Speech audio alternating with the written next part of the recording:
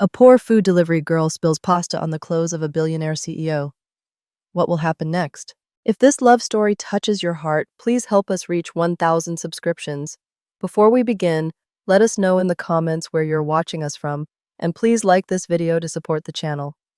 Now sit back, relax, and enjoy the story.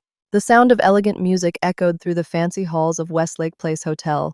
Crystal chandeliers sparkled above. Fine wine was served in abundance, and people in expensive suits moved through the crowd, showing off their power and wealth. Roman Montgomery, 32, leaned against the balcony railing, eyes absent-mindedly gazing at the city lights glowing beneath him. In his hand was a glass of expensive whiskey he hadn't even touched. This was a celebration for the billion-dollar deal the Montgomery Corporation had just signed, yet nothing about it brought him joy.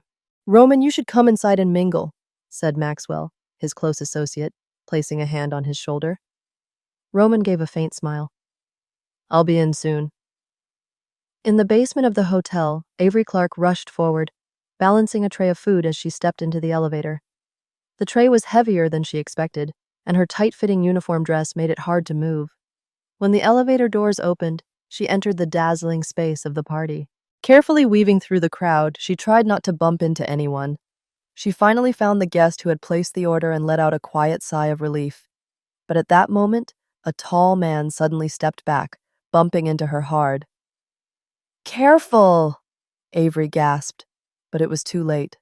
The tray tilted, and the plate of spaghetti with bright red tomato sauce went flying, splattering all over the man's tailored suit. Roman Montgomery slowly turned around, his gaze as cold as ice. I'm so sorry," Avery stammered, her face flushing with embarrassment. "I'll pay for it." "Do you even know how much this suit costs?" Roman asked, voice chilling. "No, but Avery began, flustered. "Forget it," Roman cut her off with a dismissive wave. He didn't even look at her as he addressed the approaching security guard. "Get her out of here." "Yes, Mr. Montgomery." Avery froze as she realized who she had just spilled food on. Roman Montgomery, the famous millionaire, owner of half the city. As the guard approached, Roman suddenly paused and inhaled. The scent of the spaghetti surprised him.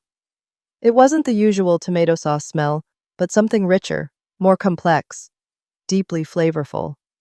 He'd eaten at Michelin-starred restaurants around the world, but nothing had ever awakened his appetite like this aroma. "Wait!" Roman raised a hand to stop the guard. "You cooked this?" "Yes. I changed the recipe a bit. Added some family spices." Roman studied her more closely. Clear blue eyes, delicate features, and an endearing awkwardness that intrigued him. "Follow me," he said shortly, and headed toward a private elevator. Heart-pounding, Avery followed. Roman Montgomery's office on the top floor was so luxurious, it made Avery feel like she had stepped into a movie. Roman took off the suit jacket stained with sauce, revealing a fitted white shirt that showed off his muscular frame. He grabbed another jacket from the built-in wardrobe. He sat down in the expensive leather chair. "Where do you work?" "I deliver food for Bella's restaurant and sometimes help out in the kitchen. They were short-staffed tonight, so..." Roman nodded, suddenly standing. "What else can you cook?" "A lot of things. I'm taking a culinary course at the Institute." "I'd like to offer you a job, Avery." Roman paused, realizing he didn't know her name. "Avery Clark," she answered quickly. "Avery, I'd like to hire you as my personal chef." "What? But I haven't even graduated yet." "I don't care about degrees. I trust my palate, triple your current salary, plus insurance and other benefits." "Why?" Avery still couldn't believe her ears. "Just because of some spaghetti?" "I'm tired of the bland perfection from the world's top chefs. They cook with technique. I saw something different in you." Avery blushed. She needed the money to pay for school, and this salary could change her life. But working for this cold, enigmatic man... "I need to think about it." 24 hours. Roman handed her his business card. "Call me when you've decided." That night, in her small apartment, Avery couldn't sleep. She called her best friend, Zoe. "You have to say yes!" Zoe screamed after hearing the story. "It's Roman Montgomery. He's rich, gorgeous, and lonely. The magazines call him the lonely king of the business world. I don't care about that. He seems complicated and cold. So what? You need the money, and this is an amazing opportunity. After a sleepless night the next morning, Avery made her decision. She called the number on the business card. Montgomery, a deep male voice answered. Mr. Montgomery, this is Avery Clark. I accept your offer. Good. Meet me at my office at 10 a.m. tomorrow to sign the contract. Yes, but I have one issue. I'm still in school. Not a problem. Your work schedule will be adjusted accordingly. As she hung up the phone, Avery had no idea that this call would change her life forever. The next morning, in Roman's living room, a middle-aged woman stood beside Roman. This is Mrs. Reynolds, my housekeeper, Roman introduced. Very nice to meet you, Mrs. Reynolds said with a warm smile. I've reviewed the contract. Roman slid a stack of papers toward Avery. All the terms are outlined here. Avery glanced through the contract and was stunned by the salary. The amount could cover her tuition and then some. I have one condition. You'll move into my estate. Why? I want food available whenever I need it. Of course, you'll have your own private space. Mrs. Reynolds will show you. Avery hesitated. Moving into a stranger's home, even a luxurious mansion, still made her uneasy. I understand. When do I start? Today, I'd like dinner at 8 tonight. Roman's estate was grand and modern with minimalist design. The room prepared for Avery was 3 times the size of her old apartment, complete with a luxurious bathroom and a balcony overlooking the garden. The kitchen is downstairs, Mrs. Reynolds explained. It's fully equipped with everything you could need. If anything's missing, just let me know. Exploring the kitchen, Avery nearly fainted from excitement. It was every chef's dream, state-of-the-art appliances, premium ingredients, and wide open space.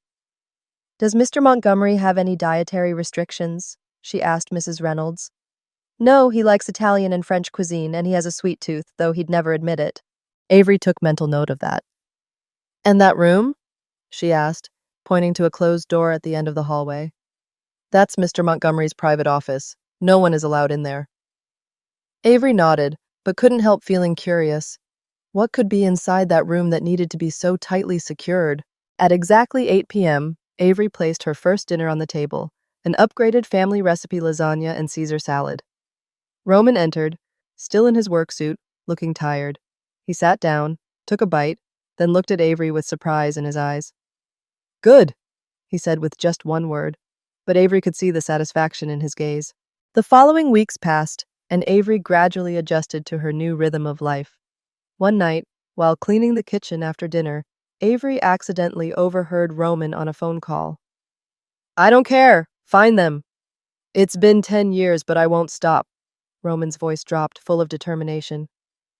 Suddenly, the office door opened. Avery didn't have time to step back and found herself face to face with Roman. His gaze was icy. What are you doing here? I was going to ask if you wanted some tea, Avery lied. No, thank you. Avery hurried back to her room, heart pounding. Since that night, Avery began paying closer attention. She noticed Roman frequently took secretive phone calls, after which he would become tense and irritable. Many nights he didn't sleep at all, working until morning in that mysterious room. One evening, while tidying the living room, Avery happened to see Roman leaving the house in a hurry around midnight, his expression serious. 3 hours later, when Avery was still awake, unable to sleep, she heard the sound of the car returning. From her bedroom balcony, she looked down and saw Roman step out of the car, but this time, he wasn't in his usual suit. He wore a tight black outfit, and there was blood on his cheek. Avery gasped, quickly stepping back so he wouldn't see her. Who was the man she was working for? A billionaire or someone dangerous with dark secrets? Another night, as Avery was about to go to bed, she realized she had left her phone in the kitchen. As she went down to retrieve it, she saw that the light in Roman's office was still on, even though it was well past midnight. She paused, hesitated, then gently knocked on the door. Come in, Roman's tired voice called out. When Avery stepped inside, she was surprised to see that Roman wasn't working. He was clutching his stomach, his face contorted in pain. Are you okay? Just a stomach ache, nothing serious. Have you eaten anything? Avery asked. Roman was silent for a moment before admitting. I forgot. You can't skip meals like that. Wait here. 15 minutes later, she returned with a steaming bowl of chicken soup, toasted bread, and ginger tea. It'll help your stomach. Good, he said after sipping the soup. I know, Avery smiled. It's the soup my mom used to make when I had a stomach ache. Thank you, he said, and it was the first time Avery saw a genuine smile on his face. You're welcome. Don't stay up too late working. One evening, as Avery was preparing the snack, Roman suddenly appeared in the kitchen. I thought we should eat together, he said, surprising her. From then on, they developed a new routine. On the nights Roman worked late, they would eat together in the kitchen. At first, their conversations were awkward, but over time, they began to share more. One night, Avery Clark woke suddenly, her throat dry and scratchy, prompting her to head to the kitchen for some water. She was descending the stairs when she suddenly froze. A strange sound echoed from downstairs, the soft clink of metal like someone picking a lock. I didn't imagine that, Avery told herself, heart pounding as she crouched behind the staircase railing. She moved silently, making sure not to make a sound. As she reached the ground floor hallway, Avery saw the tall shadow of a man standing in front of the restricted door, the mysterious room Roman had never allowed her to enter. The man was quietly inserting something long and thin, like a wire, into the lock, each movement deliberate. Avery felt her throat tighten. She had to warn Roman immediately. But as she turned to leave, the old wooden floor creaked under her foot. The intruder spun around, sharp eyes scanning the dark hallway. Avery pressed herself into the corner of the wall, heart racing. Everything happened in a flash. Another figure appeared at the far end of the hallway, Roman, but with a completely different expression than the calm, composed man she knew. Gone was the usual poise. He moved like a predator, his gaze cold and terrifying.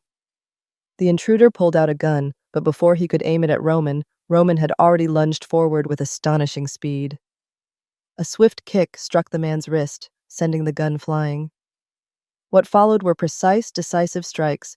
Roman wasn't just defending himself. He moved with the skill of someone professionally trained. Within seconds, the intruder was on the floor, unconscious. Roman swiftly tied him up with a nearby power cord, his movements shockingly efficient. The intruder was Davidson. He wanted to steal the documents to erase the evidence. After handing Davidson and the evidence over to the police, Avery was still in shock. I saw everything, Roman. You have to tell me what's going on. Roman, I have a right to know. I live in this house. If there is danger, I need to know. Roman looked at her closely, as if weighing something. All right, but not here. He led her into the locked room. I'm not just a businessman. I lead a financial crime investigation organization. It operates independently, but we work closely with law enforcement agencies. The secret calls, the sudden trips. That's right. We track people the law can't touch, the ones with money, power, and enough brains to hide their crimes. This is where I keep all the files on a case I've been working on for 10 years, the case connected to my father's death. 2 days after the break-in, Avery still couldn't shake what Roman had told her. Victor Montgomery, Roman's father, hadn't died in an accident as the official reports claimed, but had been murdered for uncovering a massive money laundering network tied to influential politicians and well-known business figures. A month later, life at Roman's mansion slowly returned to normal. That morning, Avery was preparing breakfast in the kitchen when she sensed Roman's presence behind her. I know, you don't have to sneak around like that, she smiled without turning around. I heard your footsteps coming from the stairs. You're getting too sharp, Roman chuckled, stepping up beside her. Roman gently placed a hand on Avery's cheek. I almost lost you because of Davidson. I don't want to waste any more time. Then don't waste it, Avery whispered, her eyes locked on his. Roman leaned down and kissed her, soft but filled with longing. I still have one last secret, he said. What is it? I fell in love with you the night you left that tray of food and that little note outside my office door. That's not a secret. I've known for a long time. How did you know? Because you always finished everything. Even the dishes you didn't like. Avery rose on her toes and kissed him again. And because I fell in love with you that night, too. Roman pulled Avery into his arms, feeling happiness spread warmly through his chest. The mansion, once filled with secrets and danger, was now bathed in sunlight and laughter. No more forbidden rooms, no more secret calls in the night, only two people who had found each other through the most unexpected of circumstances. If this story touched your heart, don't forget to like, share, and subscribe to our channel for more inspiring tales of love, resilience, and second chances. See you in the next story.